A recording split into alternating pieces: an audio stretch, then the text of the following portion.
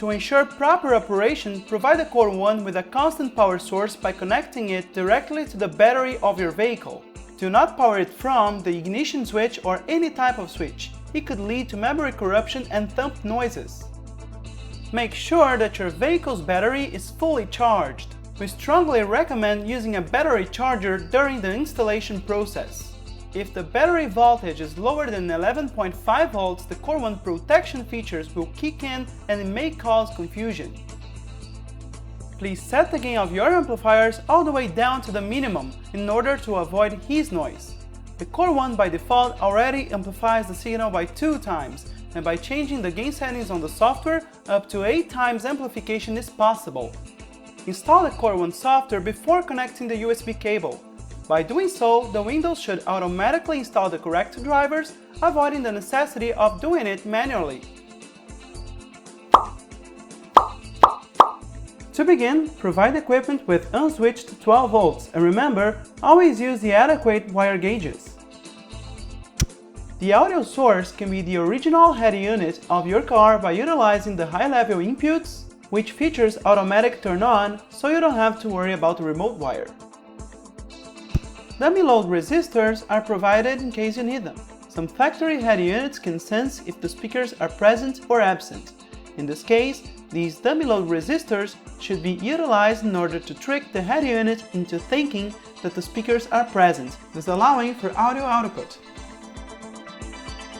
You might as well use an aftermarket head unit.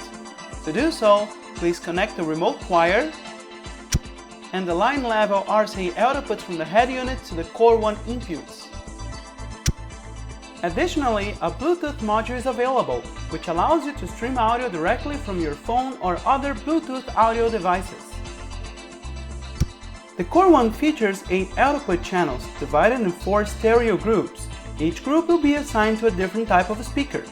In this practical example, let's utilize the output group 1 for the subwoofer, the output group 2 for the coaxial speakers, the output group 3 for the mid-bass speakers, and the output group 4 for the tweeters.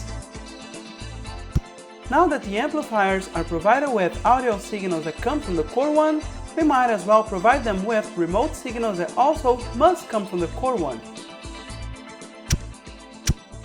Later, you'll be able to enjoy the many advantages provided by the amplifier management software capabilities, which we will see further detail on the power management section of this video. You may want to place the CORE-1 remote controller in a convenient location within the driver's reach. Now, all you need is to connect it to the remote port. Now that the wiring is finished, power on your head unit and turn the volume all the way down to the minimum. Wait around 10 seconds for the CORE-1 initialization process. Next, let's install and configure the software.